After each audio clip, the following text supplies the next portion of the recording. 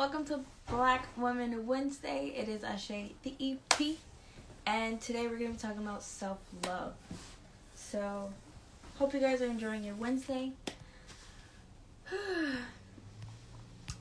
Welcome to Black Women Wednesday.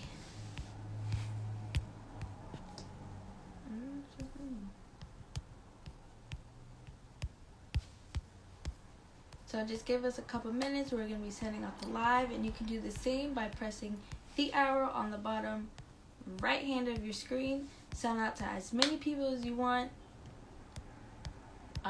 Let's get the conversation going about self-love, especially for the ladies. This is a safe space, so you can pour your heart out or just pour a little bit. It's up to you. But no matter what, whatever you say here, it is encouraged to get everything out on your chest about self-love. Today I have a guest with me. Welcome Angelica Marie. Today I'll be joined by a sister of ours named Shandel. She's going to be sharing her journey as well, her self-love journey as well. So when she comes in, let's show her some love.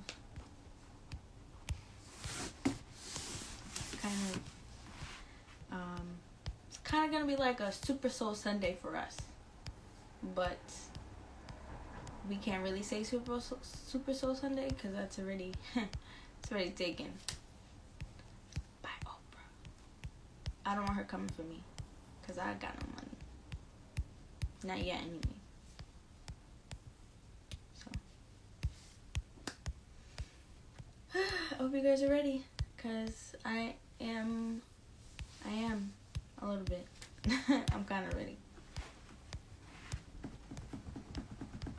It's a little nerve-wracking. What's up, Andre, Encore, and 2.5 Bros? Welcome, guys. We're going to be talking about self-love, so y'all can join the conversation, too. It's not just a woman thing, but yeah, we encourage you guys to be active in the comments like you usually are. What's up, Larry and the Mime Silence? Thank you guys for joining. I hope you guys had a great day. How was you guys' day, actually? Oh, and our sister is here.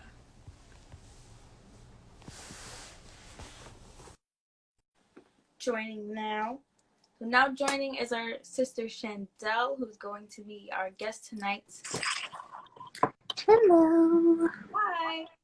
I feel so underdressed being in a sweater. What you said? I feel underdressed. Oh, no, girl. You should see what I have on the bottom. This is for I didn't want to look like a bum, so I actually tried to put on a decent shirt. Yeah, you could never. It's okay. Oh, thank you. Thank you.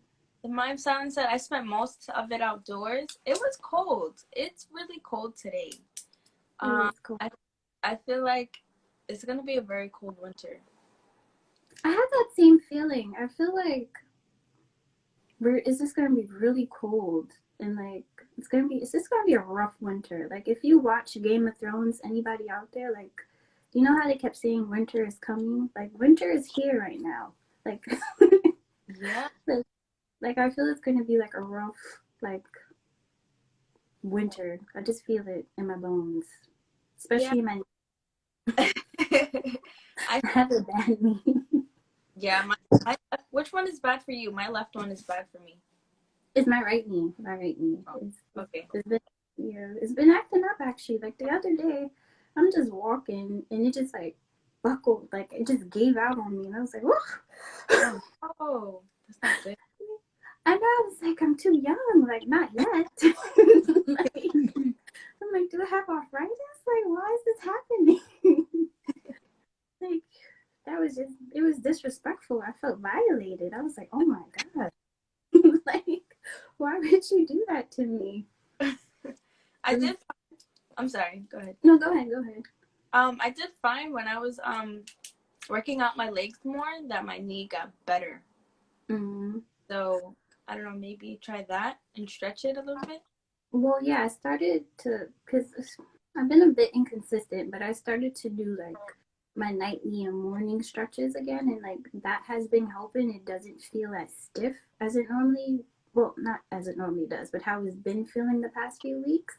So yeah, I think it's just a matter of I've been inactive for some time because I've been like busy with school, although that's no excuse, but that's the excuse I'm going with. Like, oh, I've been busy with school, so I can't be active. So I feel once I just continue to be active and continue stretching, I should be good. Okay, that's good. Yeah. We all get busy. I feel like um it gets hard when you get busy. You have to like keep up with your healthy lifestyle too. Mm-hmm. I'm kind of struggling with that now because Mm-hmm. I'm doing a lot and I'm kind of slacking on the healthy portion. I'm like going to the gym, and Oh, I really need to like bring that back into my schedule. yeah. So Like over the summer, I was really good because like remember I was telling you and Bruce like thank you guys are really motivating me and like I was being real consistent with it. And then when August came, because that's when I started school again, I kind of started like I was still going strong. September I was going, and then October it was just like I just ran out of steam. But slowly but surely, I'm getting back into the groove. So I'm hoping by like the end of this month into December, I could really get back into a nice groove of things and just keep that momentum going. Cause yeah, it's like I want to get an A, but do you want to work out? Like which you know, it's like, do you really want to spend that 15 minutes working out, or you really want to work on this paper type of situation? that's the one thing I don't miss about school are all the papers. Yeah, for this semester, in one of my classes, I've written 6 essays already. I'm about to do the seventh one this week. Like, I'm exhausted. Like, my mind is tired. I'm like, Oh wow. I don't think I could come up with another thesis if I tried. Like, I just don't feel I have the mental strength to do it. Although I shouldn't say that, but I'm just like, I cannot wait for the semester to be over. I really can't. You got this. You can do it. I believe in you. You got this. Thank you. I'm trying. You got this. I'm trying. So, you ready? Yep. Whenever you are, I'm ready. So, welcome back to an episode of Black Women Wednesday, where we give our queens their flowers and we come together in a safe space to discuss what it's like to be a Black woman.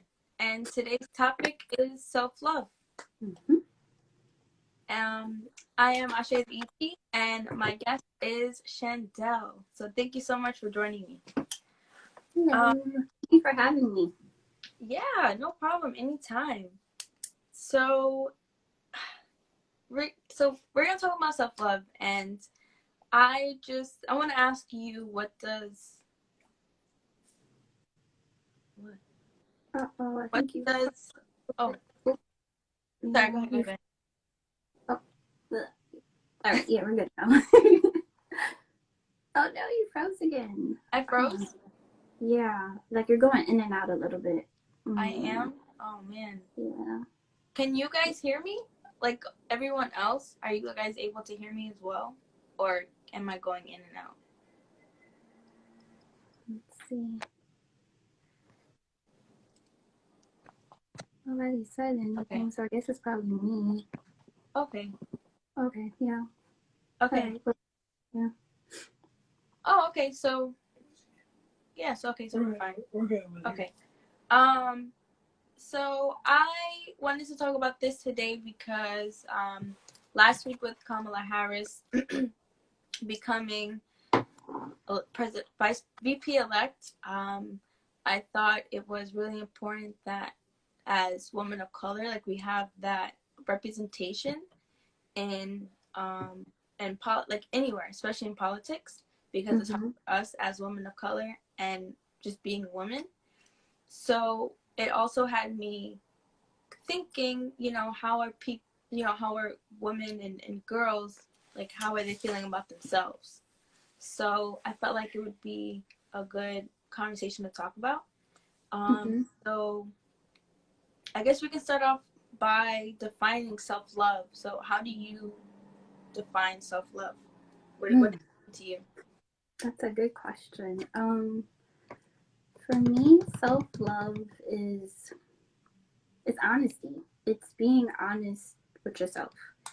I feel a lot of people, especially Black women, we can we have to wear like this fake, how would you say, like facade.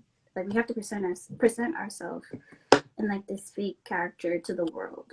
And sometimes I feel we get caught up in that character. Like we actually start to become that fake character.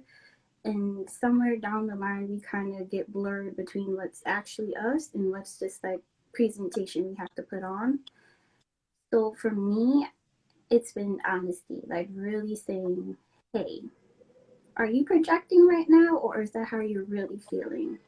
Mm. Or are you just saying yes because you want somebody to like you or you want to feel accepted, or is it something you really want to do?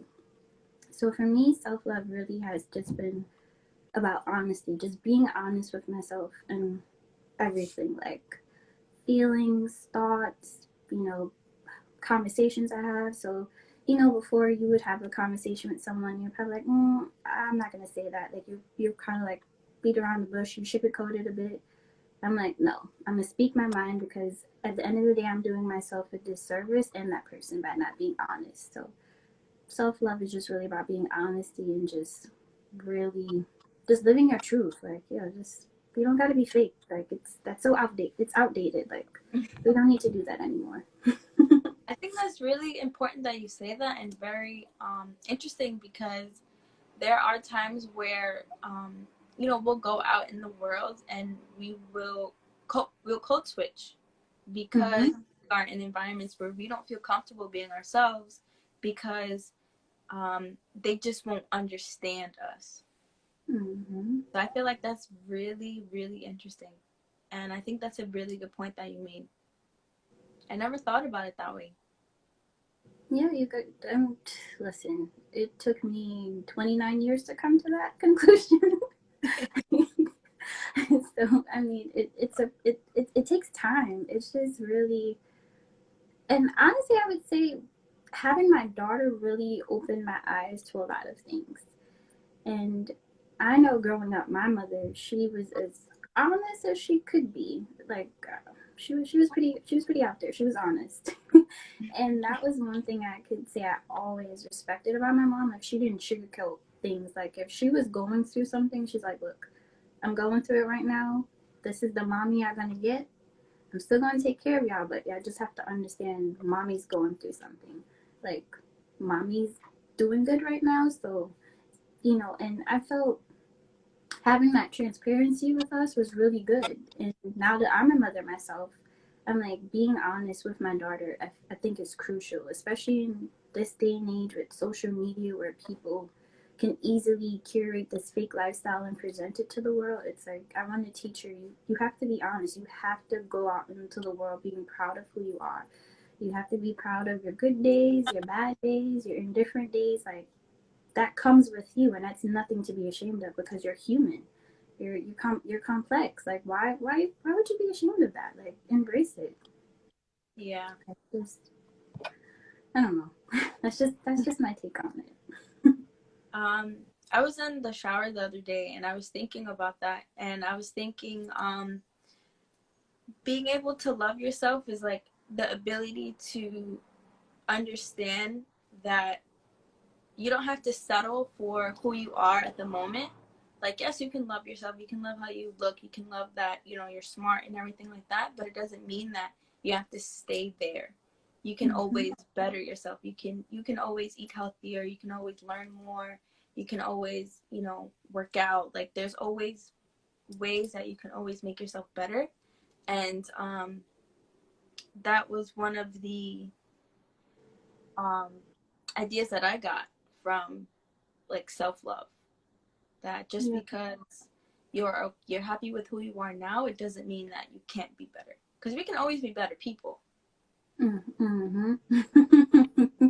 Yes, we can. Yes, that growth. Like yeah, yeah. Just having not being afraid of growth because it's so easy to just to become stagnant or limit yourself and tell yourself like, yep, this is my, like, I reached my climax, like I can't go any further. And that's Yeah. not true. And I feel like a lot of older people tend to do that. They were like, oh, well, I'm 50, so that's it for me. Like, I did everything I could possibly do. And it's like, no. Yeah. God willing, if you could live another 20 years, you could still do so much more. Maybe you probably can't do the same things that you were doing when you were 20 in terms of like physically and those things, but as far as like contributing and volunteering or writing, acting, I don't know, but you can do whatever you want. Like there's no limit. There's, like you said, there's just always that room to grow and evolve and just add on to what you already have and just make it better. Yeah. It's so easy to become complacent. Mm-hmm. A year ago, I was just thinking about this earlier today, like where I was a year ago. And a year ago, I was working at Models, and I was like kind of like on my way out of there. Mm-hmm. And I feel like a lot happened within a year, you know, Mm-hmm. especially with my job. Like there was point in times where I'm like, yo, I'm not gonna get another job, and it was just me just being hard on myself. But Mm-hmm. and never really not having a job before, so I was just like, I'm just worried. But seeing how everything is now compared to a year ago, I'm just like, wow, I have so much potential. I mean, look what you're doing. Like, if you could go back a year ago and you could say, hey, Ashe, do you know you're gonna have your own show called Blak Thoughtz? You'd probably be like, what? Like, get out of my face, future self. Like, what are you talking Hmm. about? Like, exactly. Look, you Yeah. were sitting there doubting yourself, and like, look what you're doing. Like, you're creating this beautiful platform that it's going to grow into something massive one day. So, exactly. Think about five. Not, I don't even want to go that far, but just think about next year. And when you look back to how when you guys started this and where it's going to be from a year from now, you're going to be like, wow, like look how much ground you've covered just in this 1 year. Yeah, Yeah. I don't know. Growth is a beautiful thing. It's scary because I mean it's very unknown. You don't know what the hell you're going to walk into. Hmm. I mean, January of 2020. If anybody told me the year would have ended up like this, I'd have been like, please, you're lying. But I mean, it happened. If anything, this whole COVID situation has taught me, it taught me two things: to be grateful, Mm. and you literally just have to walk in faith. Like you just have to trust and believe that everything is going to work out how it's supposed to, or just in at least the least bit. I don't even know how to word it, but you just have to have that faith and just say, you know what, this is what I'm gonna do. I'm gonna put my all and my like everything into it, and I just hope the results it yield is something I could be proud of. So it's just like, just put your all into it and just let it go to the universe and just let it manifest itself into how it's supposed to be. Like Yeah. I'm literally that's where I'm at right now. I'm like, all right, I'm gonna do my best, but whatever happens after that, it just happens.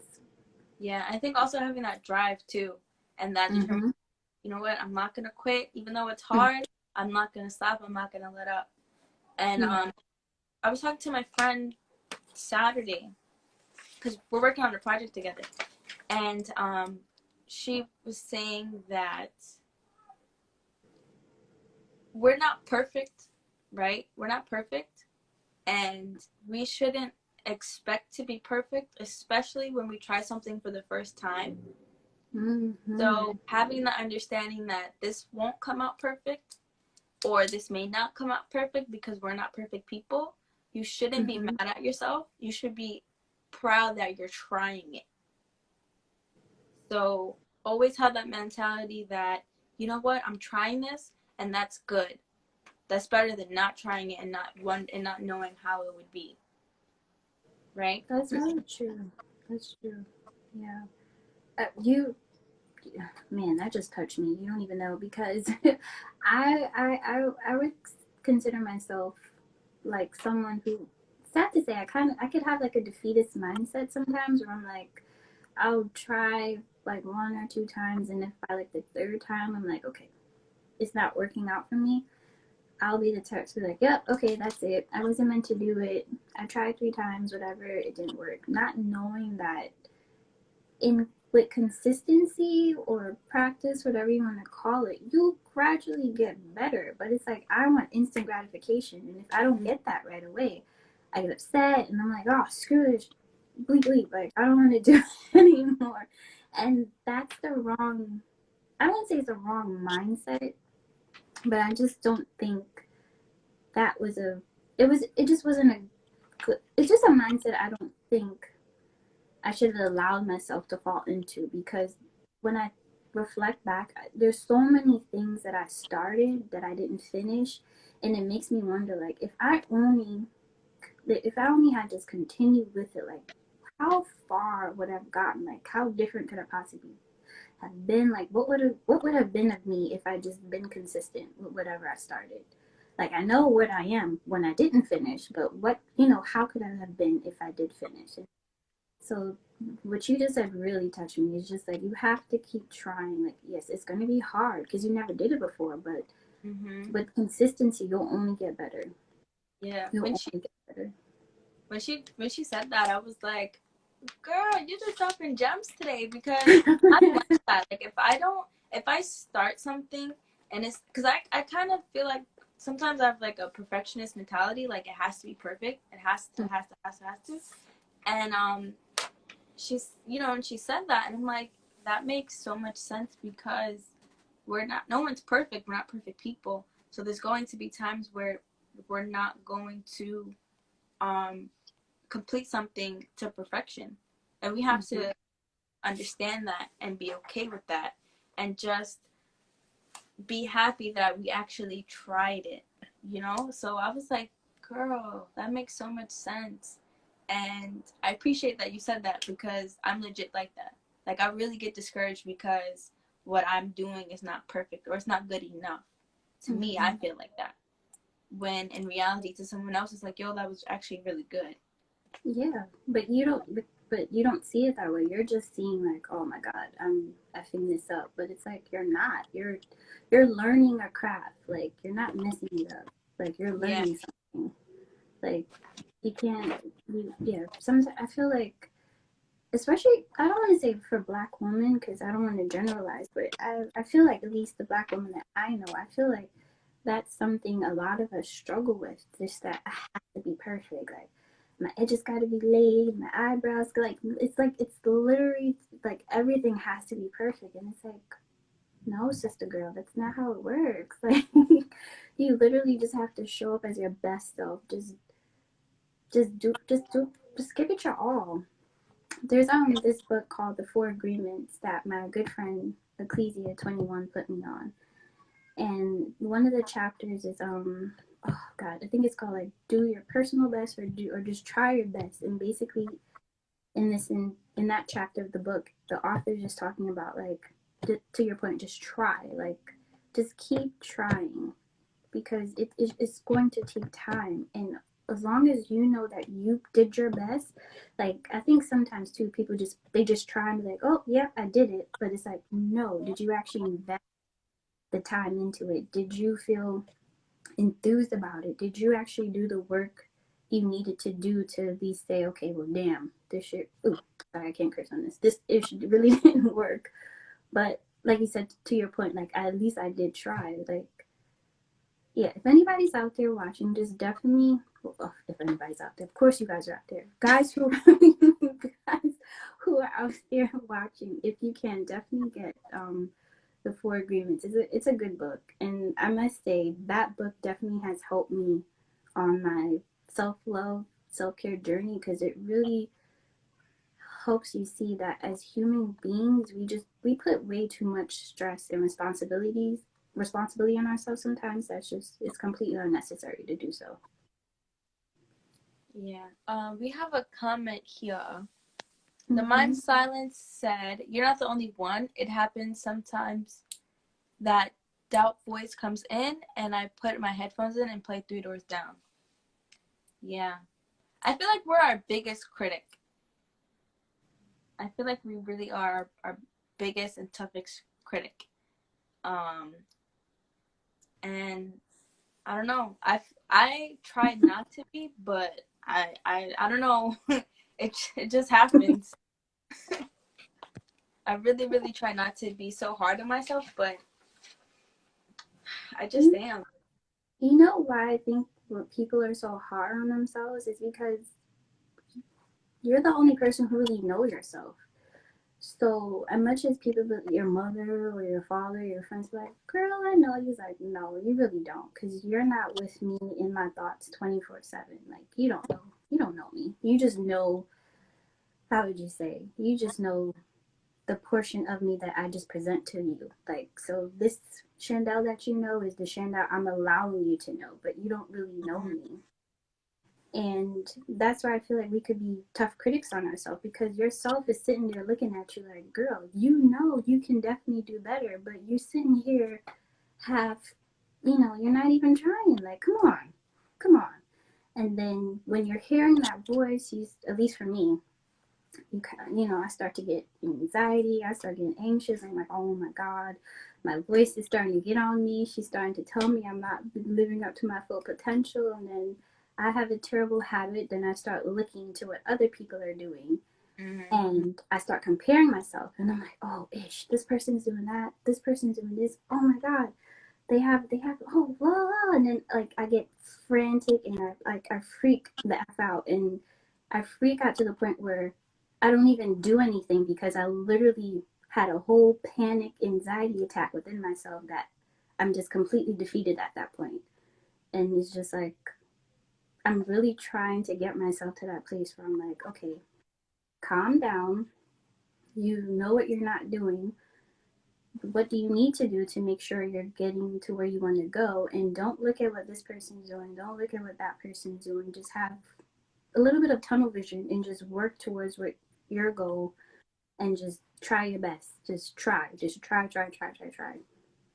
Yeah, I saw this TikTok where this girl, um, she said she was getting her hair done, and she was looking at this. She was dark skinned, and she had short hair, and she was like looking at this girl that was in the other chair. She was obviously looked completely different than her, and she started comparing herself to her, and then she was like, "Hold up, no, I need to stop, because that's her and this is me, and I need to love me for who I am and stop comparing to other people, myself to other people."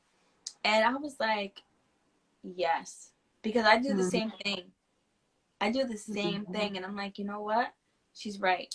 And I feel like that's that part of self-love, that you're accepting who you are, and you can't be who the girl is next to you and the girl is in front of you, because you are you.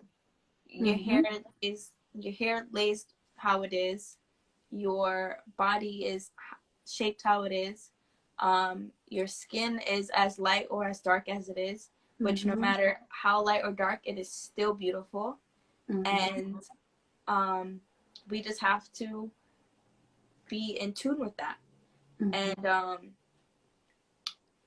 yeah, I was like, that touched me a lot. I was like, wow, yeah, that really hit me. It Yeah, really did. that's something. Yeah, I must say, I still struggle with that. And to, like, the whole, like she was comparing herself to the other person, it just makes me think of, like, growing up when I was younger, and, like, watching TV, and you see all these, like, video vixens. You see shows like Full House, or what was I some know other that show. um but you know what I mean, like, you see, like, the whole white suburban family. Everybody have, like, blonde hair. Everyone's, like, skinny. And then, if you watching, like, BET, then everyone's like, the women are all, like, shapely. They got big boobs. They got big butts. And then they have these long heads of weave. And I just remember sitting as a little kid and I'm watching this, and I'm just like, well, I don't have blonde hair, and I'm not, like, I'm skinny, but I don't have blonde hair and blue eyes like these people over here. I'm like, okay, I'm on BT, but I don't have, like, bubbies and butt for days, and, I don't have a weave. Then you start saying, like, damn, do I need a weave? Like, is this what I need to look like for men to like me when I get older? Then, and mind you, I'm probably like 9, 10, 11, 12. I'm like, these are thoughts going through my head. Bruce, Buffy the Body 2000. Yes, exactly. Like, you're seeing people like that on your TV, and you're like, damn, like, is that what I have to, look like to get ahead in life? And you're not realizing, like, I'm putting unrealistic physical goals on myself. Like, I'm gonna look how I'm gonna look. I'm the body that I am. And literally, I kid you not, like, literally probably like just this year, I'm really starting to get into a place where I'm just like, this is my body. This is this is it. Like, I'm gonna love it. I'm gonna take care of it. I'm gonna work out to keep it in shape and fit and healthy. But my butt is not gonna get any bigger than it is. My breasts are not. It's not gonna get any bigger, or any smaller. My hips, they're gonna be my hips. Like, I have to. I have a daughter, so I'm just like, what? I can't be out here trying to look like everybody else, because then what am I teaching her? That you have to look like something else to feel beautiful, and that's not true. You gotta be happy with yourself. Yeah. So, we're gonna go in more. So, has there been a time where you felt like you needed to love yourself more? Yeah. Again, like, recently. Like, in all honesty, actually, like, I want to say my self love journey has really, really, really started this year. Like, I want to say the past 2 to 3 years, I was probably in like a transition phase where I'm like, okay, like, I know I need to love myself a little bit harder. Like, I know I need to do things differently, but I think I finally crossed that threshold of where I'm like, okay, yes, I love myself. I'm going to respect myself, and I'm going to treat myself with care, with compassion. I'm not going to scrutinize myself. I'm not going to be judgmental and just say all these negative things to myself, because for what? Who are you trying to impress? You know, the only person I'm trying to impress at this point is my daughter. And when I say trying to impress her, just to make sure she's happy and healthy, and she can say when she's older, like, hey, my mom is my role model. But as far as like everyone else, I don't have nothing to prove. All I need to do is just be myself, be present, be in the moment. And if that person like me, great. If they don't, that's their loss, in my opinion. So it really started this year for me. Like, I guess being home and really going through with this the ways with this whole COVID thing, it really forced me to sit down and be like, you gotta do things differently. Like, you cannot go the next some odd years of your life feeling negative and just feeling heavy and not good about yourself. Like, that's not okay. It's not acceptable. So, what do you practice, in order to help you reach those positive affirmations and like better yourself, your self love? So this might sound a little bit crazy, so forgive me. No, So it's fine. when I wake up in the morning and, like, I'll lay there and I'll be like, okay, you're still alive. You're still here. So clearly, the higher being, God, whoever you want to call, whatever you want to call them, they're not done with you. They still want you to get up and do something. So I'd be like, you know what? Let me get up and let me make this day count. Like, what can I do better today? What can I do differently? What did I not do yesterday that I can do today? And I do that in my head for I don't know, for I don't really keep track of it. Then I get up, I go in the bathroom, wash my face, whatever, and then I look in the mirror and I'm like, look, today's a day. It's gonna be good, and even if it's not, it was only a temporary moment in time. You cannot let that bad time define your entire day or your entire life.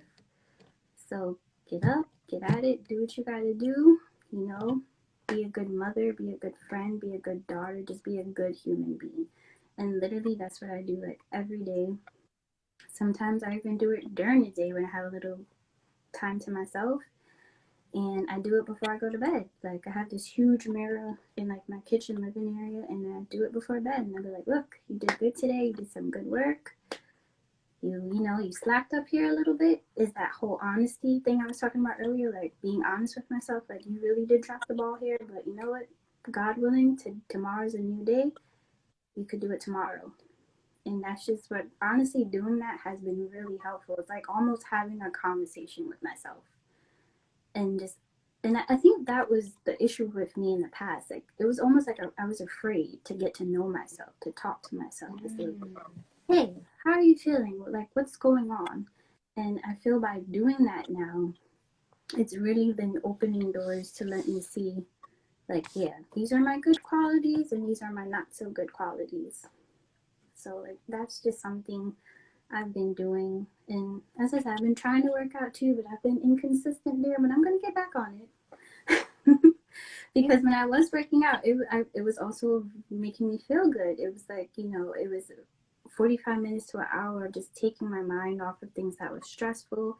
It was fun, it was making me feel good. I felt stronger. So I really, really want to get back into it because it's like, as I said, I don't want to be inconsistent. I just want to be consistent in something. Try and see what the results yield. You said something interesting. You said it was like you were afraid to like talk to yourself and get to know yourself. Do you know why do you think that was? I guess because I don't know. I kind of feel like there's a stigma behind getting to know yourself. I feel like people kind of label you as crazy, or it's like, let me not say crazy, but I feel, how would you say? I feel like people, or not people, like society teaches us to, we're supposed to know like the surface you, like the you that you present to the world. Like that's the only part of you that you should know, that you can concern yourself with. But as human beings, we're spiritual, we're emotional, we're so complex. There's so many layers to us. So it's like, why would you only want to, stop here when you can keep going and find out there's so much more to you? And I think once I got over that fear of like, let's screw it. I don't care. Even if I do come off crazy, so be it. At least I'm going to be happy because I'm finally finding my truth. And because I know what my truth is, I can go out in the world and I will see the world in a new lens because I'm being truthful with myself. How would you say this? Because now that I'm being truthful with myself, it's like I can really start to see the world for what it is. Whereas I feel before, I'm kind of walking through life with like shades on. Like you could see it, but it's still a little blurry. Whereas now I'm like, oh, okay, that makes sense. Oh, well, that's bullish. Oh, wow, like that's what that person was saying to me, but because I was projecting my feelings and emotions, I wasn't really hearing them. But now that I'm taking the time to like talk to myself and be like, no, girl, you're projecting. You're really being in your feelings.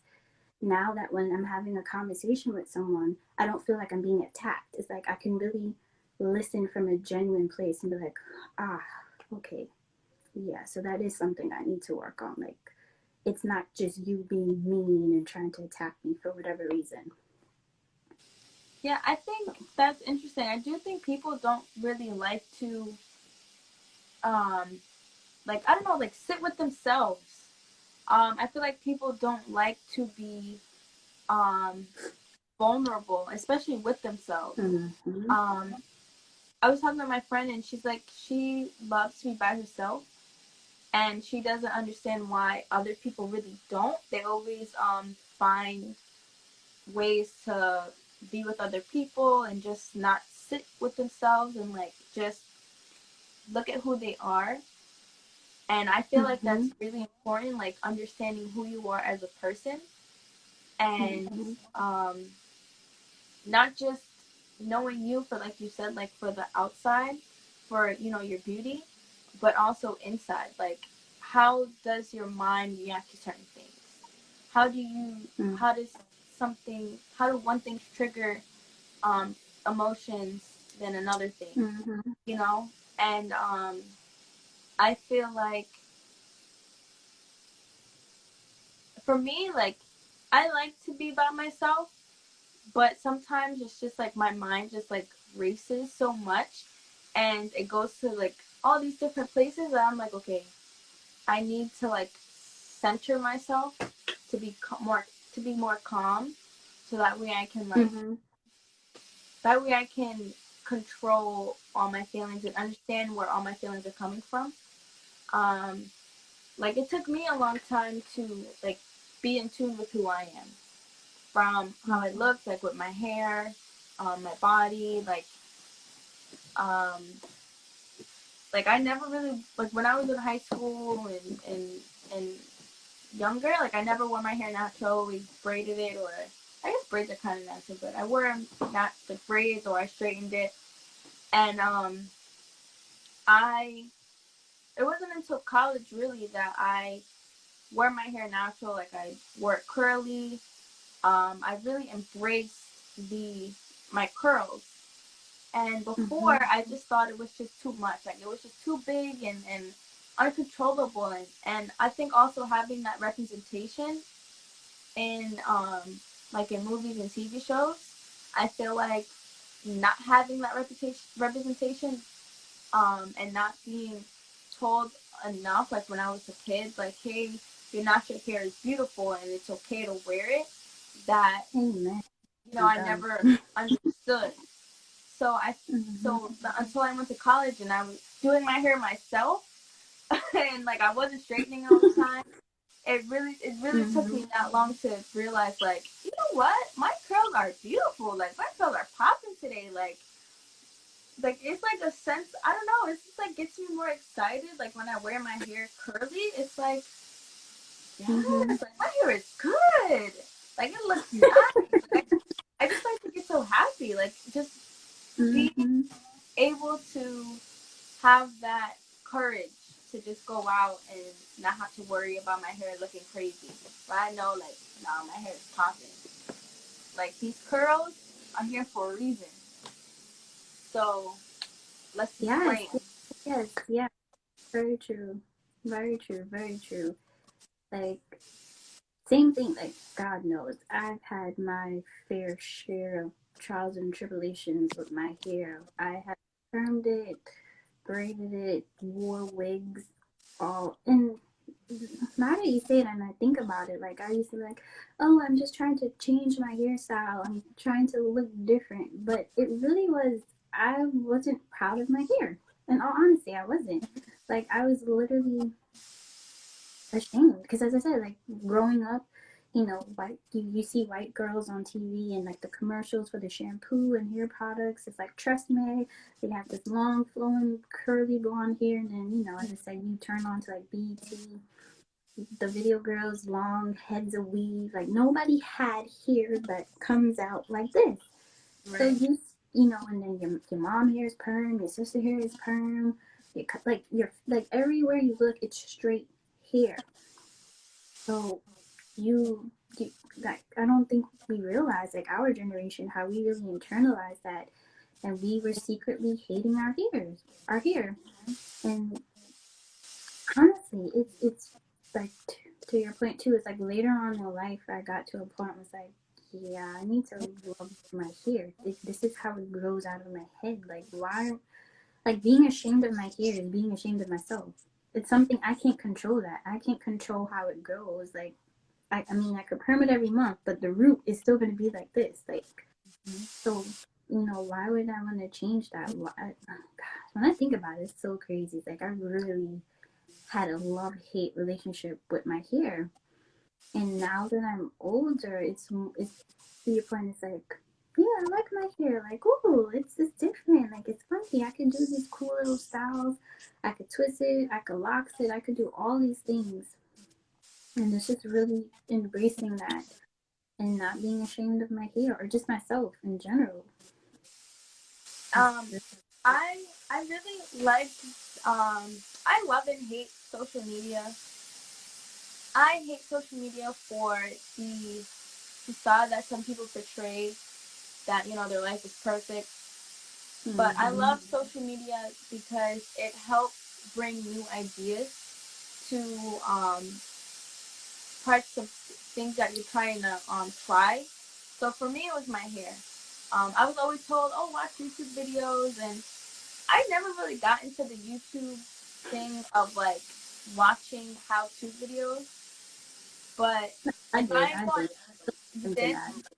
Yeah, I couldn't. I don't know why. I just couldn't. But on Instagram, I would find little tutorials or styles of how to do my natural hair, and that really helped me um, figure out different ways that I can play with my hair. And when you realize, like, our hair is so versatile, there's It is. so many things you can do with it, and it's just it's just beautiful. Like, you can literally wear your hair so many different ways. The Mm-hmm. struggle is just picking which one. That's, you know what I think it is too. Growing up, I know, growing up in a Jamaican family, especially, like they really made it seem like black natural hair. It can only grow but so far. Like your Yeah, natural hair will just be like stunted. Like if you want to have long hair, you have to straighten it or do something.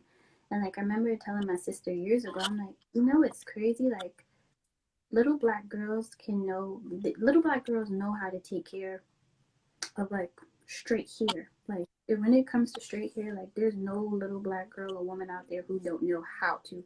She gonna press it. She trust me. She know what to do. But then when it comes to her own hair, she's like, I don't know what to do. And I'm like, that's because we were never taught how to. Like we literally have no idea how to take care of something that's coming out of us. That is so bizarre to me because no one taught us because we were taught instead to hate our hair, to not like our hair. Like your hair is ugly, it's stunted, it's not gonna grow. Like you need to be ashamed of it. You need to do all these things to hide it. But to your point, our hair is like the most versatile hair on earth. We can literally do everything to it. Depending on your texture, it may take a little bit more time and you have to have a little bit more patience, but it will grow. You can do yeah. so much with it. It's not, you can't always, like, I remember when I started, like, after I transitioned, I was like, oh, I'm gonna always have to put my hair in the puff. I mean, but personally, I'm just not a person who really likes to style her hair. I just like to keep it simple and keep it moving. But when I fell victim to the YouTube, the University of YouTube, like I was amazed, just like you, that yeah, I could do so much with it. Like even my sister, she's like in her upper 30s and she transitioned from armor perm to locks to natural hair and she's still struggling. But I'm telling you, if my sister was to perm her hair right now, she would have no problem. Like she would know how to wrap it, curl it, pump it. Like she would know what to do hands down with her eyes closed. But at 30 plus years old, she's struggling with natural hair, and it's so crazy to me. That's so I, crazy. it's funny for me because I'm like in the middle of knowing how to take care of natural hair and like in the middle of knowing how to deal with straight hair. So when I was with my cousins in the summer, um I got my hair straightened and I just got it done and I was gonna eat some pizza. So I put my hair in a ponytail and my cousin goes, you just got your hair done. Why are you putting your hair in a ponytail? You gotta go wrap it. And I'm like, really? She goes, yeah. And I'm like, okay. And then she made a comment. I can't remember what exactly, but I was like, all right. So I went to go wrap my hair and then went to go eat my pizza. And then I'm like, well, to me, I'm just like, I don't understand what the big deal was. Mm-hmm. But I guess I just don't know everything. She didn't want you to sweat it out for whatever reason when you wrap it, or it keeps it laid and protected. That's what I'm saying. Like I remember when, because my sister, she's 12 years older than me, so there was a huge age gap. So when I was like 5, 6, my sister is like a full grown teenager, and when she would come home from the hair salon, that was the first thing she like. If she didn't get to wrap it at the hair salon, she would come home, she parted, and she like this, and she put her scarf on, and then the next morning she'd take it down and she'd brush it, and she had the it was either the black Dax or but I know it was Dax. It was like that old school black hair grease that was in like everybody's house.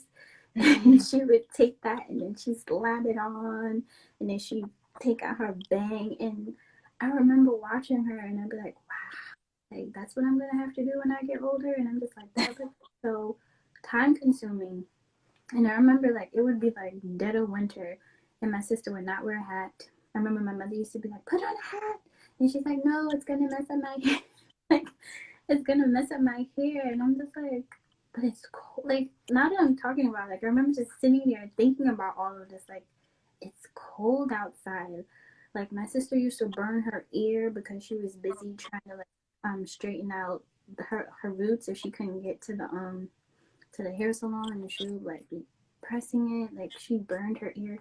She even indirectly burned me with the curling iron Oh my because god. she was so busy trying to like set her hair or whatever. And I guess she wasn't paying attention and she left the curling iron out. And I went and monkey see, monkey do. I'm trying to take the curling iron to like, oof, I was going to put it on my head.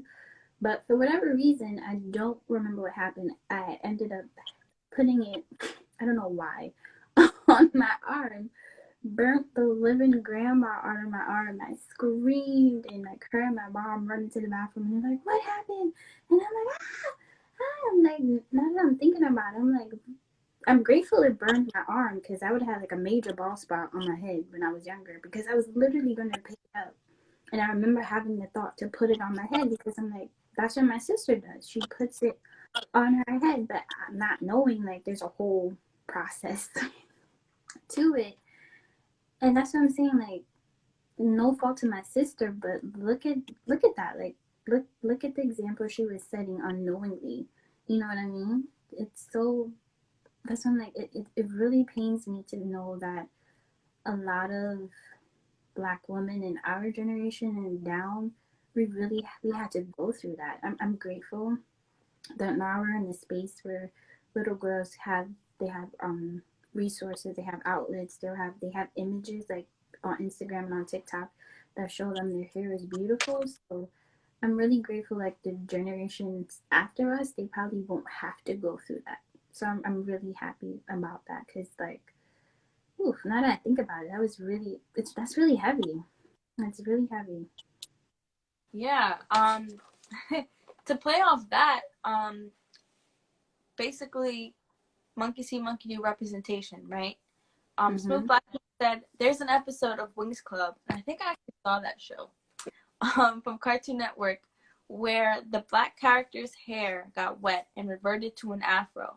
She freaked out and said her hair was ugly, and all the other Winks did the same. Oh my god, that's a cartoon. Yes, it's a child show. So imagine the message that sent to little black girls. Um, Exactly. and I don't remember growing up where there was a character that actually that had like natural hair, but and like embraced it. And now I'm seeing like all these books and these book bags, these puzzles, like all these things for little girls, for little girls of color wearing their hair natural and embracing it and loving it. And I feel like that's very important because I feel like loving your hair is one step closer to loving yourself because your hair is Mm-hmm. a part of you forever, whether you shave it or not.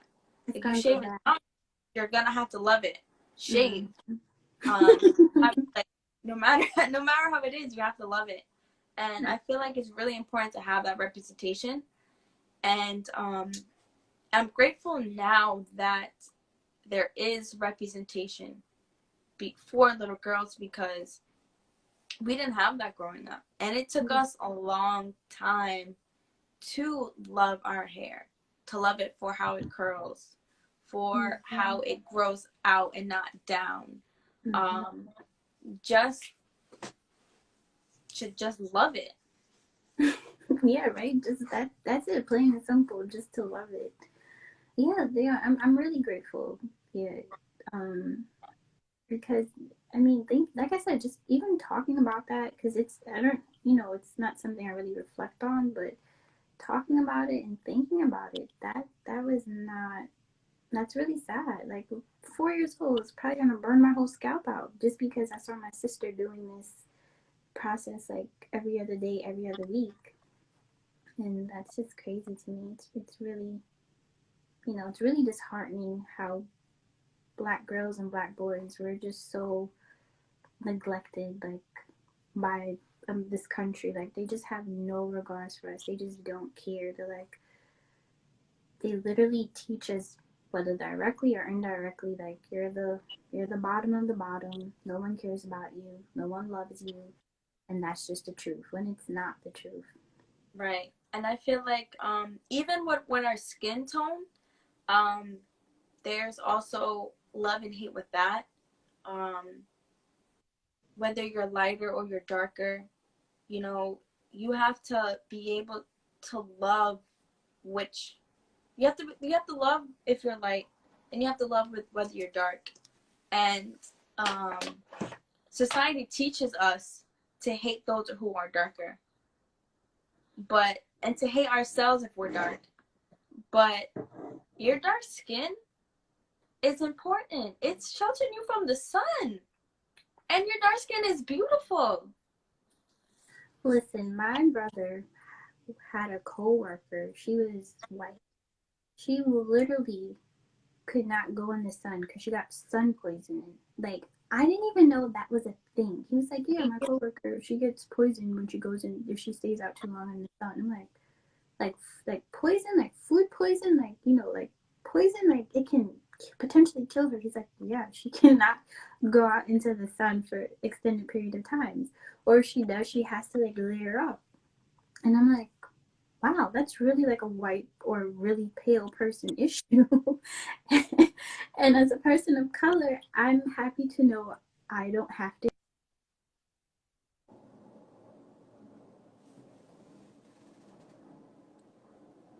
Hello. Oh, I can hear you. I can hear you. Can you hear me? No, I can't hear you.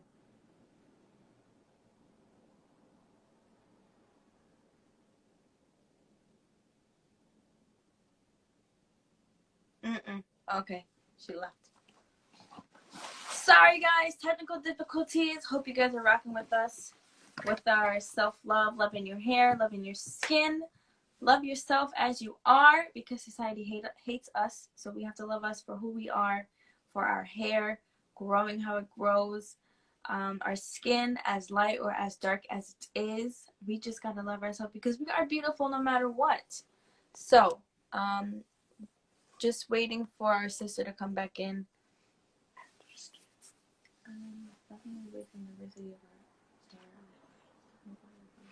Okay. Huh? I was reading. So we're just waiting for our sister to come back in because I don't know what happened with our audio. But I hope you guys are rocking with us. As always, share your thoughts, share your journey. We love to hear from you guys. We're going to add her right now.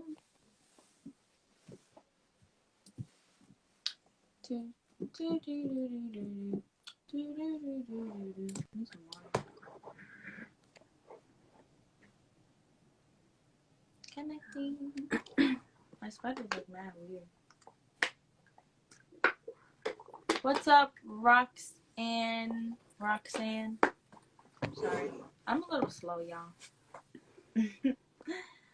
So we're just waiting. It's connecting. I don't know. It's probably been weird today. But basically, we're talking about self-love. We were discussing loving our hair for how it is, how it curls, how it comes out naturally. And then we also were just touching on loving our skin. I think she... Oh, no, he raised her, so oh, yeah. Can you guys hear us? Okay, yeah. Okay, great. You can't see us. Try joining again because I added you. Hold on, let me see if I can add you now. No, they can see her. We can't see her. No, Shandel says she can't see us. They can see her. We can't see each other. So I'm telling you, she's here. Okay. I forgot what I was saying. So yeah, we're talking about self-love, loving our skin, whether we are light or we are dark, we are beautiful no matter what. So, I'm just waiting for our sister to jump in. Instagram is being a HOE. It does not want us to be great. It does not want us to share our love journey, our self-love journey. Because we were talking about our skin color. This does not want us to be great. Why is Instagram HOE? Oh, here you go. Welcome back. Sorry, it was. I think my phone it got overheated. Like it's being weird. It's okay. Do you have an iPhone? Yeah, it was like it just said boop. I was like, what? This iPhone. was Yeah. yeah. So yeah. Sorry about that, everyone. Sorry. It's okay. It happens. We were talking about our skin color. And your brother's co-worker. Yeah. Right. Got sun poisoning. Yeah, she gets poisoned from the sun. But yeah, and I was saying I'm just grateful as people of color. We don't have those problems. It's like we go out, we just go in the sun. Yeah, and I think it's really important to. Oh, when I was a kid, my father had to watch Hotel Rwanda, and have you heard that movie? I only saw that movie once. I can't watch it. Like it gives me. Oof, yeah. We saw it on a field trip. Yes, we did. We definitely did. Like I couldn't remember where I saw it, but I know I saw it somewhere, and it traumatized me enough to never want to watch it again.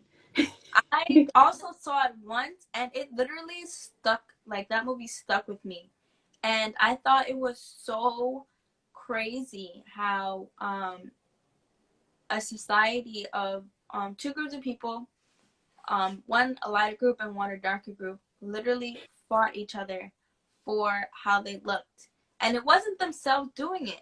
It was obviously, it's always a middleman coming in, talking into each other's ears, telling each other, oh, they don't like you, oh, they don't like you. And they're literally fighting because of how they look. And no one is better than the other, no matter how dark or how light they are. And I feel like that's really important. Like, whether you're dark, you are still beautiful. Whether you are light, you are still beautiful. And I think that trauma also goes back to slavery. Because it always ends up back there, doesn't it? I'm sorry? I said it always ends up back right to slavery. It's just yeah. Because residual effects. Yeah, because it's always those residual effects of slavery, of the light skinned, was closer to the master, and the darker ones were in the field. And it doesn't matter, like literally we're all beautiful. How our skin is, how our hair comes out our head, like we are all the same. We go through struggle. Like, oh, hi Joy. Sorry, Joya. Sorry, Ashay. That's my homegirl from elementary school. I'm sorry. No, it's okay. So yeah. Sorry, go ahead. No, you're fine. It just sucks. And then going all that also leading to how our bodies are. For the longest time, we always thought that being skinny was best. And no, embrace your curves. Embrace how you look. You can still be thick and you can still be beautiful. You can be skinny, you can still be beautiful. The only thing that matters is, are you healthy? That's it. That's the only thing that matters. I'm I have a small frame, but my cousin will come at me because she thinks I'm too skinny, or because I want to work out, and he goes, "Oh, you're skinny enough." I'm not working out to be skinnier. I'm working out to be healthier. That's it. So whether you're big or you're small, you're thick, you're curvy, you're slim, no matter what, like, you're still beautiful. And I feel like we have to remember that we all do not look the same. We're never gonna look the same.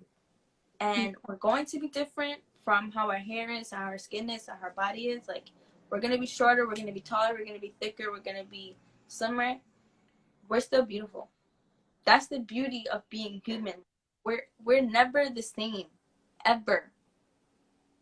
So talking, you said short. So I'm telling you, it's so funny. Obviously I'm short. I'm 5 foot.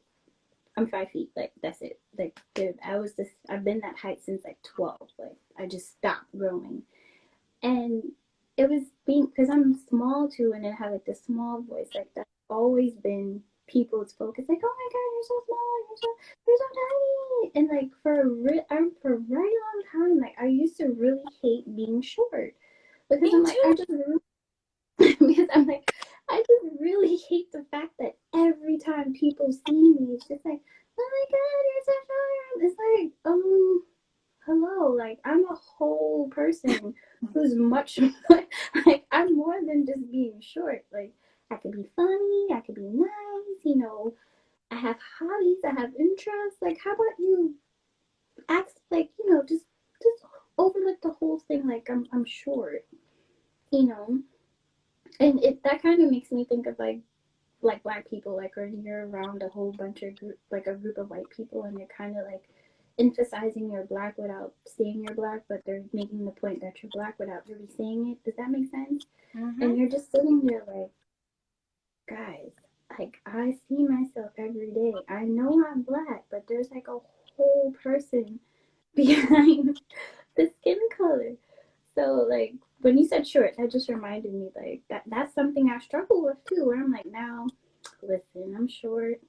I'm proud of it. There's nothing I could do. I'm just gonna embrace being short. And if somebody want to make a comment about me being short, that's their business. It's nothing to do with me, because I'm not taking it personally. So to me, it's just funny how, as people, we can take things that are so trivial and just literally make it like your whole life, and it affects you in ways you didn't even know. You're like, I was really sitting there stressing about being short. Like, that's so dumb. It's a struggle sometimes. Mm-hmm. Yeah, I used to hate being short, honestly.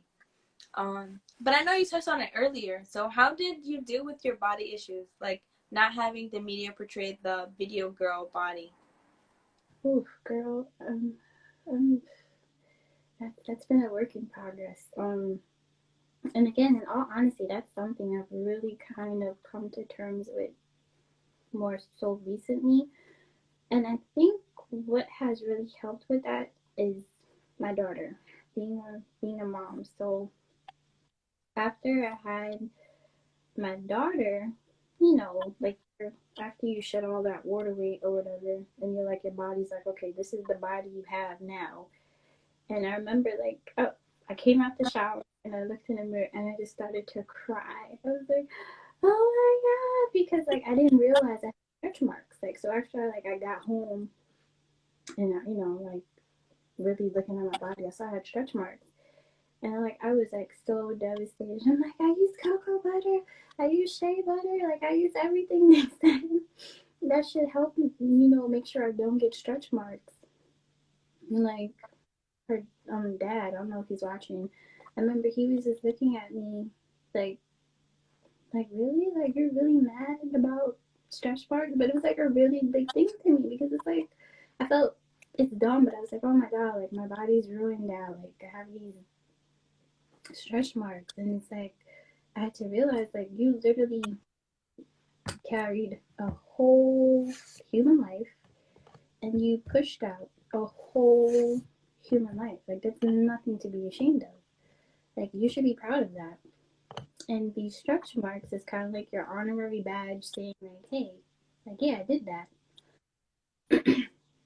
And also realizing, like, if you stand here crying in the mirror about stretch marks, what if your daughter was actually older and she saw that? Like, you're teaching her, like, that's something to be ashamed of.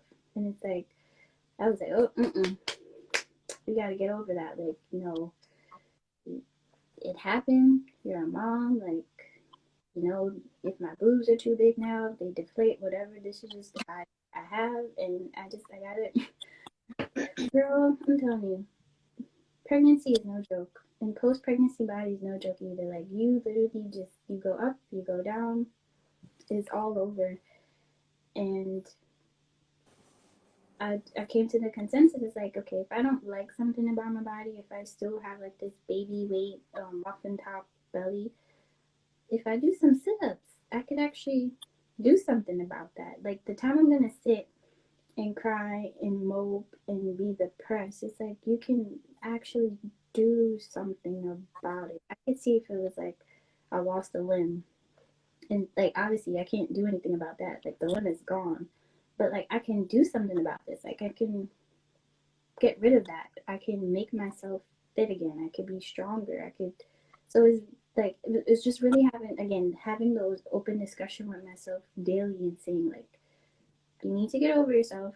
You need to stop crying. Like, there's people who are literally dying and are hungry and homeless out in the world right now, and you know you ishing about stretch marks, a muffin top, and deflated boobs. Like, you need to get your life.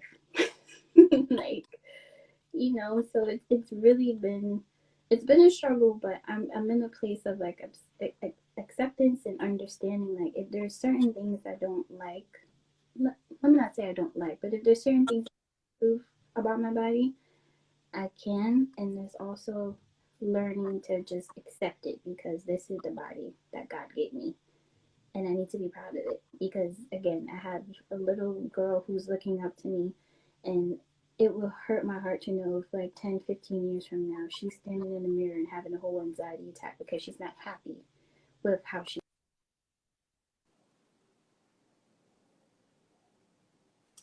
I don't think I can hear you again. Okay. Oh, can you hear me? Can you see me? Yeah. You guys are good? Okay. Yeah. I think my phone is like, it's too hot. It'll be all right. Yeah, basically, but basically, like, if I see her doing that in the next 10 to 15 years, I'm going to feel like I failed her. Like, I didn't set a good example for her, that she feels she has to stand in the mirror and critique herself viciously. Like, I don't want that for her. So that's why I'm making the effort to make sure that if she sees me looking in the mirror, it's her seeing me saying, like, "Ooh, girl, you look good. Ooh, look at your hair, look at your brows. Like, yes, mommy look good today." And when I do that, she gets so excited and she's like, "Yeah!" And she jumps up too. And there's actually, I have a video of her when she was probably like, I want to say like 11 or 10 months or so. And she's standing by the mirror and she's like,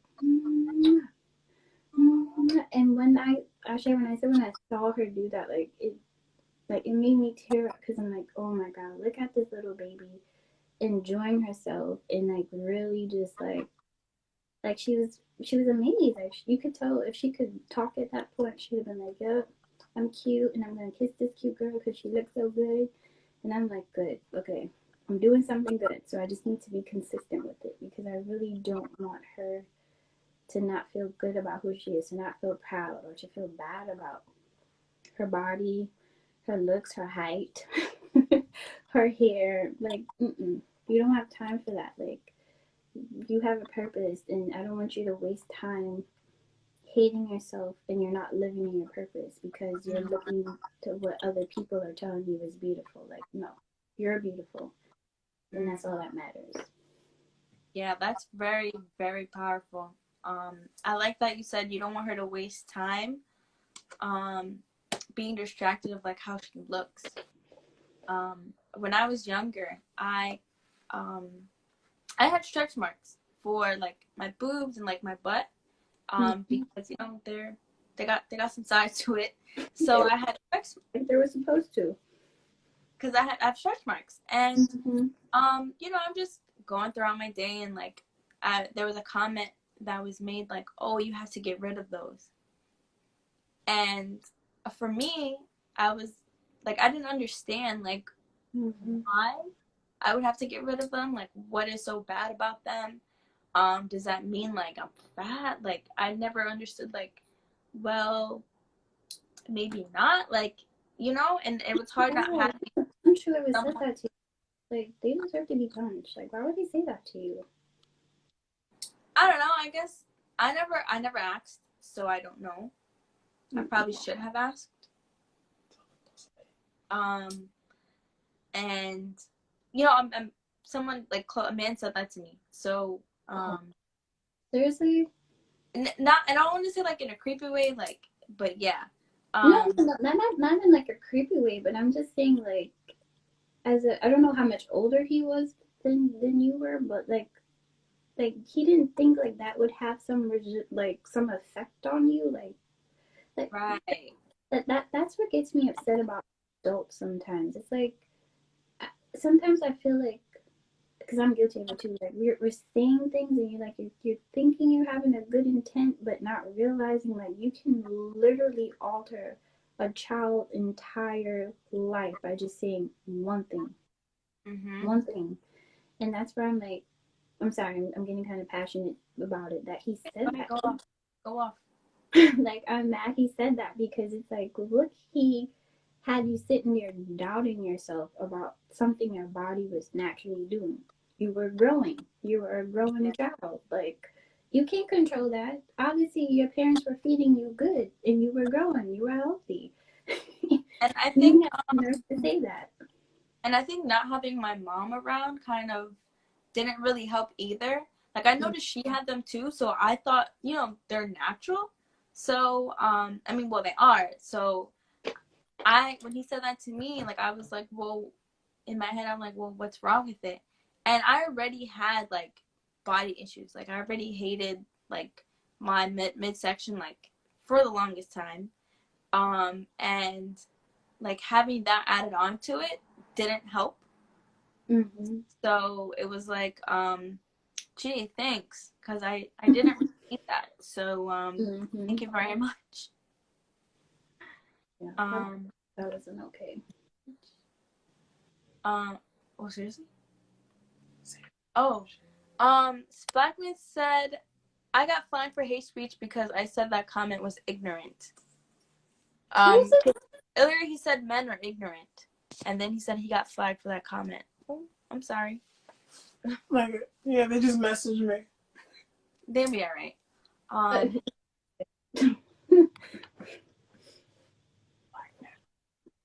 Um, like even I was talking to my aunt one day, and she would tell me that she would look in the mirror and like literally critique herself, like look at the worst, like look at what she hates. Oh, And I said, you know what? I do the same thing, and I started to change. Like I started to look in the mirror and say, you know what? I love this about myself.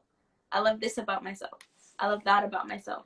Because for so long, like I was like, oh, I hate this, I hate that, I hate this, I hate that. And like constantly putting that hate in your mind really, really does, like, it affects it a lot. And starting to put more positivity there makes you feel better. So I'm like, you know what? Let me start being more positive about myself. So I was like, you know what? I love this about myself. I love that about myself. I love so just changing from negative to positive, and I see a difference. Like I really do.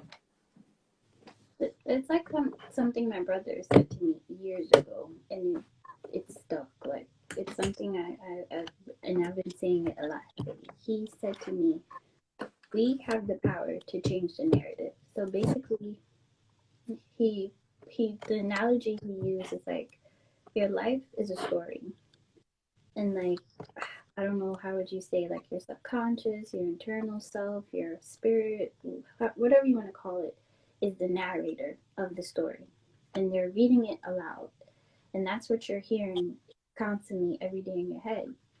So if the narrator is saying all these negative things about yourself, like to your point that you said you would look in the mirror, you're critiquing yourself, and you're saying, "Oh, I don't like this, that." That's the story that starts to play out. And then you don't realize how hearing those things affect your physical life. So then you start to hide yourself. You become an introvert. You start to be like, no, I'm okay. Like, no, I'm good. Like, you start to be quiet, not realizing that maybe in actuality you are really an outspoken and loud person. But because you've been telling yourself this narrative for years, you start to believe something that's not even true about yourself. So as I said, like in the morning when I wake up and I look in the mirror and I have that conversation with myself, um, to your point too, I've been trying to change the narrative where I'm like, okay, yeah, before in the past you used to not like this about your body, you don't like this about your body, but again, it always comes back full circle to my daughter. I'm like, look, this body literally pushed out a baby, and you had no epidural, you had nothing, you did it completely natural. And if this body was just so awful and just so terrible, it wouldn't be able to do that now, would it? Right? I'm like, this body is strong. This body is durable. This body literally, and I must say that was the worst friggin' pain of my life. Endured 7 hours of intense ass labor and pushed out a whole child with no drugs. And you really have the nerves to dislike this body, you're out of your mind. And by doing that, it's been helping. So now when I look at myself, I'm like, okay, I see what I'm working with. And like I said earlier, like now it's just trying to find ways to just improve on it and make it stronger, because it's a good base, but there's room to make it, to put some extra, little things on top of it to make it even stronger. So it's like really just trying to just change that narrative and just make the voice be a positive one and not a negative one. Because I feel the world is so negative already, it's easy to just get lost in all that negativity. But once you start to fill your space with positivity, you'd be amazed to see like how you just start to just just just circle away from all the negativity, and everything else around you is just positive, and like things just start aligning, and you're like, oh, what the hell, like where is this blessing coming from? Like, oh my god, like look at this greatness starting to happen. But it's because you're starting to see the world differently with new eyes, and this with eyes of positivity. Yep. I think you saying that, like, loving who you are, just especially we go through so much as being Black women, um like having different bodies. Like Lizzo is beautiful. She's big and she's beautiful. I love Lizzo. And she is confident in who she is and her size. She is confident in her body.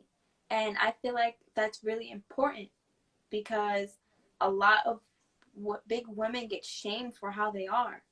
But she is walking around flaunting it and just doing her thing. Mm-hmm. And Lala Milan also, she is slim, but she's also still beautiful, and she is still stunting in her confidence. And she's not letting these people let her like tear her down, no matter how small she is, or like how Lizzo, how big she is. And I really applaud like these women for like, no matter how much they get from society, of how much they're trying to tear them down, they are still strong enough to be like, well, I am me, I am beautiful, and if you don't like me, then go watch somebody else. But that's the mentality we need. I'm telling you, like, it's that confidence. Yes. Yep. And it took, and even Meg Thee Stallion, she's tall, she's full, like, and she also has that confidence. And it took me a long time to like, I'm still working on having that confidence, honestly. Like, I'm not gonna lie. And same here. And I feel like having that confidence is like a really strong foundation of loving yourself. And I like that you have that honesty with yourself in the morning and at night, like in the mirror. It's like those self affirmations. And I don't do them enough. For those of you who are watching, like, do you do self affirmations? And if you do, like, what do you do? And those listening, like, what do you do? Because I think self affirmations are very important, and it reinforces the fact that you are who you are, and we are strong, versatile, lovely women, and it reinforces that none of us are the same, and it is completely okay to be different. It's okay to be big and beautiful. It's okay to be slim and beautiful. It's okay to be tall, short, light, dark, have your hair however it is, as long as you love yourself for who you are. So yeah, like, what self affirmations do you guys do? Because I need some tips. Did you see what Bruce wrote? He said, "I'm not a woman, but I get butt naked and look at myself in the mirror." But that's good. No, that's good. That's good. I listen, but do you listen to Meg while you're doing that? I don't know if that's TMI. Sometimes I do, like, look in the mirror before I get dressed. If I have time, like, I'll look in the mirror and just be like, okay, I look good. Like, when I work out, like, I feel like that's when I'm, like, the most confident. Like, my arms, like, getting bigger, like, my stomach getting flatter. I feel like that makes me feel better about myself. And because, like, because my goal is, like, to get my stomach, like, flat. Like, but your flat. stomach is like Bruce posts like your you guys Black and Fit videos, and girl, your stomach goes from right now. But you see what I mean? Look what you're doing, like your critique, like, and I think that's something a lot of us do. Like, we don't realize that we're someone else's goal. So you're sitting here thinking like, damn, man, I really want to be this, I really want to be that. But someone is looking at you and like, man, I want to be like that. And then you're like, what? I want to be like me. And it's like, why wouldn't I? You're awesome. Like, that's so so I'm actually shocked to hear you say that, because I'm like, your stomach is flat. It's like, girl. Yeah. Yeah. I'm like, I'm trying to get to where you're at. I just have a lot of insecurities, and I'm, like, really trying to work on it. But I feel like working out really helps with that. But also, like, my goal is, honestly, obviously, to be fit, right? And I feel like once you find something that, like, really helps, like, work toward, like, your overall end goal, just makes you feel better. Because, like, since I've been working out more and more, like, I feel more confident. Like, I feel more confident to, like, wear anything, honestly. Like, wear less, like, long sleeve stuff, wear stuff that shows more of my midsection, like, I don't know. No, that's good. That's something I've struggled with. Like, I've always been kind of like, I told my sister, the young frumpy lady. But a lot of it was even before, I got older and, got like, you gain weight. Even when I was like skinny, I was insecure about being skinny. So I'm like, oh, I can't wear certain things because, I'm not thick enough. And then now where I'm like, damn, I wish I was skinny again. It's like, oh, I can't wear because I'm not small enough. And it literally got to a point this summer I was like, okay, enough is enough. You're as long as I'm not like naked and offending anyone, and I still look modest, and I don't look all crazy, I'm gonna wear what I want. And who don't like it, that's not my problem. As long as I'm comfortable in it, as long as I feel good, that's all that matters. And my important parts are covered up. That's all that matters. Like, you're going to get the Shandel I give you, and if you don't like it, that is just not my problem. It's just not. Yeah. Like, you can't live your life for other people. Again, that is wasting time. Like, wasting time critiquing yourself, being insecure about certain things, and trying to live your life for people who don't even know you is such a major waste. It's such a major waste. I feel like that's very important to say, living your life for other people, because, oh Lord, like, I felt that because it took me so long to live my life for myself, Like, I've always made decisions and, like, always thought what other people would want me to do, like, career-wise, like, literally everything. Like, going to school, I always felt like I had to do this because somebody else thinks I should, and not not do this because I want to do it. And it took me a long time, and I feel like it's so freeing when you end up living your life for yourself, for what you want to do, and like you said, like, not wasting time. Like, you have to live your life for yourself at the end of the day. Like, you have to be happy with what you're doing when you go to bed at night, when you wake up in the morning. And it really, really took me a long time to understand that, and to come to that realization that, look, I gotta start living my life for myself. Excuse me. Joya said, this may sound weird, but once I found out that there are people who have a fetish for stretch marks or gap teeth, natural hair, it was like an eye opener. Like, dang, somebody out there like this. So, Ashay, to tell you a little bit about Joya. Like, Joya is like, even when we were young, Joya was just like the most physically fit and active person on earth. Like, Joya was just somebody like I would look up to. Like, if it was something you wanted to do, like, she could do it, and she would just make it look so effortless. And so to know, and that's what I'm saying. It's so frustrating to know, like, as little black girls, we were really out here not liking ourselves. And like, you see Joya now. I mean, I'm not really on Instagram, but when I do, I stop by Joya's page. Like, Joya, she is stacked. Her hair is beautiful. She got two beautiful girls, and like, you could tell Joya's in a good space. And it's just crazy to me to that the fact that she said that. It's like, Joya, like, why were you like even second guessing yourself about like these things that make you so beautiful, that makes you so unique? It's just like, why? Yeah. Why? And also too, it's just, I don't know. I'm probably like having word vomit and going off of it, but it's just like it just really irritates me, because it's like, we're all such beautiful people. And it just really pains me to see that we spent such a good chunk of our lives not believing that. It really pains me to know that. Like, literally, so much wasted time.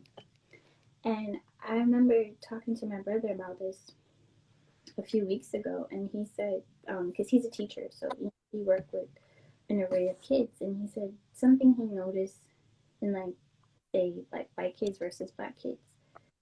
No matter how poorly that white kid is doing in school, or how they may look physically, they still have a mindset in them like, I can do whatever the F I want, and I'm invincible, and as long as I put my mind to it, I can do it. But that's because the world and everyone is telling them, yes, you can, like, the world is your oyster. You can do whatever the hell you want. There's nothing that's gonna defeat you or stop you from doing that. Whereas I feel like, as people of color, especially black kids or just black people, we don't have that. We don't have someone telling us that, yes, regardless of how you look or your grades or whatever, you can do whatever you want. You could be beautiful as hell out here, straight A's, healthy ass credit, bank account, all of that, and there's like, you still have this doubt, you still have this insecurity, like, yo, I'm not enough, like, I need to do more, I need to do something different. And it's like, what?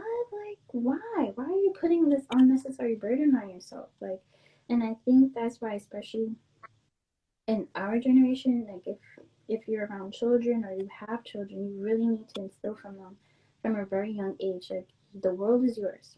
I don't care what TV tell you, I don't care what YouTube, Instagram, I don't care what nobody tell you. I'm telling you, the world is yours. You can do whatever you want. There's nothing that's stopping you from doing it. Like, put your mind to it. Just shoot. I already have a plan that when Rumi's 5, I'm gonna make her read the 4 Agreements, because it's like, I really want her to understand, like, you can't take things personally. You can't, you can't, you just have to, you cannot not try. You have to put your best foot forward and just you have to believe that.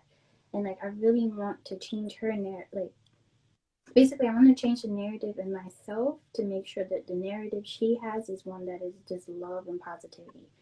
And by doing that, like just changing one generation, it will have a ripple effect. So it's Mm-hmm. just like as long as I know I'm doing the work to make sure I'm good, it'll you know it'll fall on her and so on and so forth. Because it's like I really want it to end our generation. I don't want any more little black girls and boys to grow up feeling like they're ugly, they're not capable, or they can't do something because that's not. It's not. You're more than capable. Like why can't you not do anything you put your mind to? I feel like there's So, so much untapped potential in our children and in the oh black. my god, oh my god, girl, Um, don't get me started. Because it is though. There really is. um, Mm-hmm. Joya said my mom used to pick at little things about me, and it consumed me as an adult. I'm definitely still healing and trying to be better for my girls. I think that I'm sorry that you're going through that, and I kind of was too. Like it took me a really really long time. Like my father would tell me, "Oh, you're beautiful," but like he would add the inside part, right? So I thought, okay, so maybe I just have a good heart, and like outside isn't beautiful. Oh my So I always like took that like the extra step. But like as you said earlier, like you want Rumi to see that she's beautiful, and you love that she was like kissing the mirror at god. Mm-hmm. herself, and like how she hypes you up when you're in the mirror. I think it's a great lesson for the other black girls, your daughter and our future daughters and even sons, to learn that they are different, but they are the most beautiful things Mm-hmm. that have graced this earth. That's very true. Because I feel like we don't get that enough, and I feel like at a young age, like it should be taught more at a young age, instead of us going through our whole life and learning it at 23 and 28 and 29. Girl, exactly. I'm 29 and I'm just learning this, and I don't want it to make it seem like my parents didn't say, "Hey, you're," but I just feel like they came from a generation where that wasn't the norm. I only had two. There's only two instances I could think of where my father told me like I was like a beautiful, good-looking kid. It was one time I was like 11, and I had my hair. This is before I permed my hair, and I had it in like a ponytail, and like we're sitting across from each other at the table, and he's like, "Oh, Shawnee, you're a beautiful little girl," and I was like, "Oh, okay, thank you, Daddy." And like I felt really good. And the second time, I kid you not, was last month at 29 years old. He came to the house, and I went to the door to go see him, and I was like, "Oh, hey, Daddy, what's up?" And he's like, "Oh, I like your haircut." He's like, "Man, you look good. You look really good. Like, man, you're beautiful." He's like, "You look like me, so of course you look good." And in my head, I'm like, wow. In that moment too, I was like, wow, this is literally the second time my father literally verbalized that he thought I looked beautiful. And I was just like, I got that thought on my head. And I was like, oh yeah, thanks, Daddy. I'm like, yeah, I'm trying to play it down, but that was a huge, huge ass thing for me because I'm just like, because you're as girls, your father is supposed to be like your ideal, or the guy who set the example for you throughout life and your relationships and etc. So that was huge for me because it was like, wow, this guy who never shows his emotions, who's so monotone, who act like he don't nothing phases him. He actually thinks I look good, made me feel good. And Yeah. to Joy's point too, my mom, she used to nitpick at things too, but I don't know if she did it in a way to be to be mean, or it was just like, oh yeah, your hair look like this, or oh, you look like that. But I think it's just old Jamaican Caribbean mindset. They just talking to talk, but not realizing that they're actually triggering something in you that can have a lifelong effect. Like, I don't think she was being malicious about it, but I just don't think Right. she understood the power of her words and how it could really affect me. Like, to this date, that I'm still like, damn, I have to reparent myself a bit to be like, okay, yeah, she said those things, but some of it was true, but some of it wasn't true.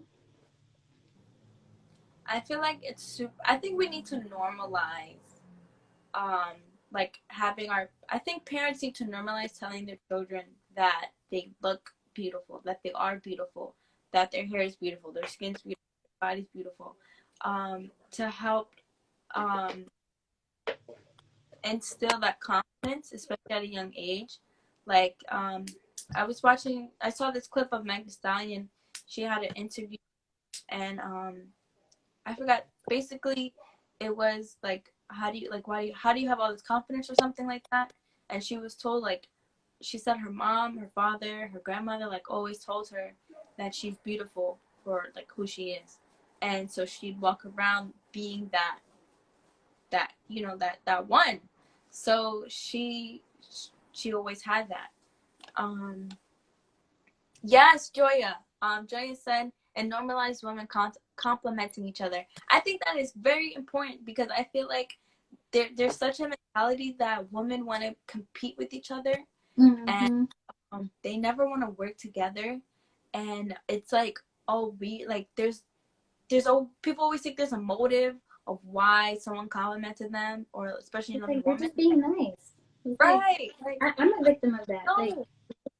Like literally the other day, I went to the store, have on mask and everything, and my hair is not really combed or whatever. And this guy was like, Miss, like he's going out of his way. He's like, Miss, I like your hair. And I'm like, Mhm. okay, thank you. But in my head, I'm like, why are you like? Why did you have to come off kind of like defensive? I'm like, he wasn't like he called you Miss. It's not like he said, "Hey, yo, ma," or he did something crazy. Like he literally was just like, Miss, I like your hair, but I took it as like there's an ulterior motive, or like he's just saying that to say it, or yeah, I don't know why we can't just take compliments, whether it be from men or women, for what they are. It's like you always feel like there's people being fake or phony about it, especially like you said when it's coming from the next woman. You're like, oh, she's just trying to be, she's being shady. It's like, no, she could really just like your hair, you know. Right. Like you inspired her, and she just wanted to let you know, but you're over here like, yeah, whatever. She hating. Like if she was hating, she wouldn't say she liked your hair now, would she? Facts. Like for me, like I generally mean, like if I give you a compliment, yo, I mean it. Like I'm not going on my way. I don't like talking to random people, but like I'm going on my way to compliment you, yo, I genuinely mean it. And I love when I compliment someone or I see someone get complimented and they just like it changes their whole mood. Like they just get so happy, like That's me. they can just shine after that. Mhm. Like, I don't know. It's such a good feeling. Mhm. Like I'm like I like to say my love language is like I like words of affirmation. Like you know how some people like, oh, I want you to do it, or you gotta give me gifts. It's like no. Just tell me. Just tell me I'm smart. Just tell me I'm funny. Tell me I'm nice. Tell me I'm beautiful. And it's like, oh yes. Like like that's the best. That's the best thing for me. It's like yeah, you could keep. Well, no, give me the gifts, but just give me the gifts with the words.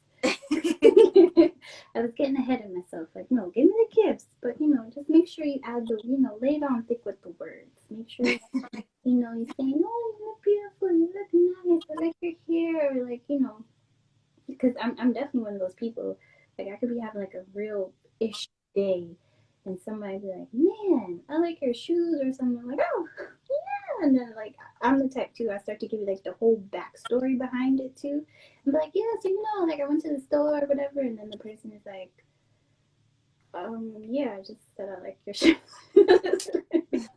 But I'm definitely one of those people, like, you tell me something positive and it really, really, to your point, it makes me shine, it makes me glow. It's like, oh, I feel good. Yeah. So we need to normalize, as parents, like telling our children like they're beautiful no matter what they look like. As Black women, like uplifting other Black women, telling them they're beautiful. Um, because I feel like for us, like we don't get that enough. Like I feel like now, in like social media and like um television, movies, I feel like now it's starting to trickle in like being natural, and it wasn't always like that. Like we had to grow up figuring out how to love ourselves for who we are. Like loving our hair, loving our body, right? And I feel like now there's more room for young girls who have books that embrace having natural hair. There are cartoons that are embracing girls that have natural hair and like being dark and being light and like just being different. And um, it was a struggle for us growing up, and I'm glad that it's kind of shifting now that little girls can have those things to look up to. But I also think they shouldn't always have to have those outside influences. I feel like those influences should also come within the home, because Mm-hmm. Mm-hmm. also a very strong foundation. Like that's where it starts. The love and the hate starts in the home. Like that's where you're everything. To love yourself, to love other people, to hate other people, to hate yourself. Oh my And, God. Yes, yes, yes. Gems, gems, gems. Absolutely. No, it's so true. Like, I must say, that is one thing me and Dad really try to focus with Rumi. Like, we tell her she's beautiful. We, we give her kisses. We like I'll be like, girl, look at your eyebrows today. They look good. Oh my God, look at those eyelashes. They're so beautiful. Look at the skin. Like, because I know what it I don't even I want to say I know what it felt. I'm still feeling it. I know what it feels like to go through a period of time not liking myself and really struggling with that, and it sucks. It's a sucky feeling, it and is. as a and just as a parent, like, I don't want my child to go through that. Like, why would I want her to feel this burden? No. So if there's anything I could do to make sure she doesn't experience that, I'm doing it wholeheartedly. Like, there's a book that is called there's two books that I have for her. It's called Don't Touch My Hair and I'm Enough. And the main character is a little black girl. Both in the book I'm Enough, it's a series of different, shades of brown. And some of the girls have like curls, some of them are like 3C, 4C, but the point is you're just seeing different shades of black little girls. Some have straight hair because some black people here naturally go straight. And the Mm-hmm. book is the whole entire book. She's just like, I'm enough. I can do this. I could do basically the same thing I was saying earlier. Like, there's no limitation. You can do whatever you want. And in the book, Don't Touch My Hair, the little black girl, she's just like, I'm so proud of my hair. And she's alluding that she hates when people are like, oh, they're just trying to touch her hair without asking. And she's like, no, don't do that. Like, you gotta ask. Like, yes, my hair may be different and strange to you, but you still gotta treat it with love and respect. And I love those books. Like, I'm trying to make it a mission. Any little doll or book or a picture that has a representation of black and little oh Lord, black little boys and black little girls. I really want her to be exposed to it. Like, it's even to the point where I'm probably too strict. Like, I'm not even ready for her to watch stuff like Frozen and like Cinderella or what's the other one? Snow White, because Why? I don't because I feel like those have like hidden sub messages of like white is right and beautiful. And so I make her watch Princess and the Frog, but she don't really like it. But she's obsessed with Moana, and I actually love that she loves Moana because I love the fact that Moana's brown, and if anyone's familiar with Moana, the whole movie was about this one girl who went on an adventure that she was destined to go on, and she saved her entire village. Mm. Like, that's awesome. I love that. Like, yes, look, a little brown girl went out into the world and saved her village, because that's what Black women do. We save the world. And like, I really don't want her to feel this way. I don't want her to be at 29 and she's like, oh my god, like, I gotta love my hair. Like, no, you've been loved your hair. You've been loved your body. Like, at 29, you should be focusing on, like, what's the next business I can open? You know, like, who's the next organization I could donate to? Like, who else can I help?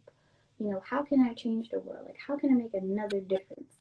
Not wasting time again saying, oh, I don't like how I look. Oh my god, like, I need to love myself. Like, no, you've been loved yourself. So you don't have to waste time trying to do that now. You're just going through life, making things better, in creating generational wealth.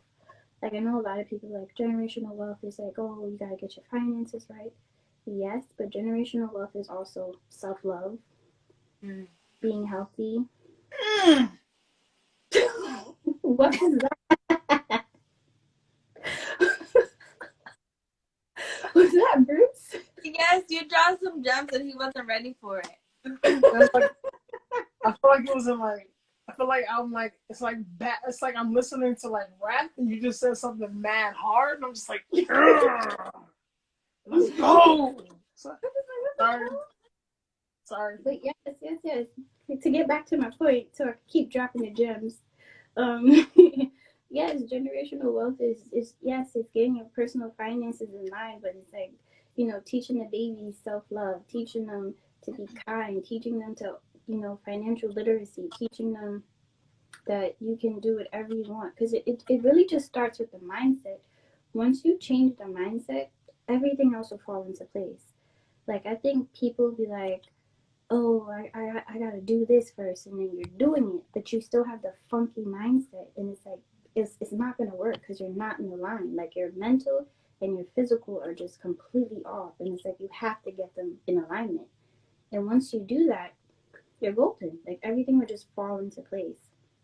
And I think that's where I am right now. It's like I'm trying to get my spiritual, but my mental with my physical, and like once all of those are in line, it's like I can just vibrate at this bomb ass frequency and everything will be awesome. Like, I'll have no worries, and I'm just, well, you always have worries, but certain things I won't waste my time on worrying about, because I'm just completely in alignment, and everything that's supposed to happen and supposed to fall to me will fall to me, because it's just like I'm in that place of self love.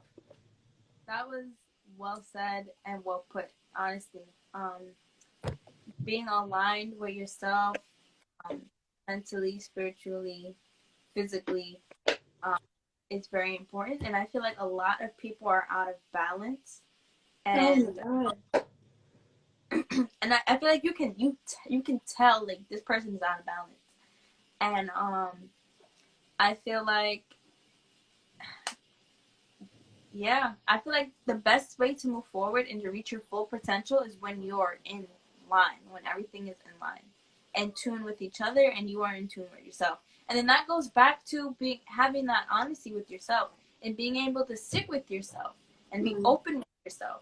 Because if you can't, then those three things can't be in alignment, and you're struggling being you.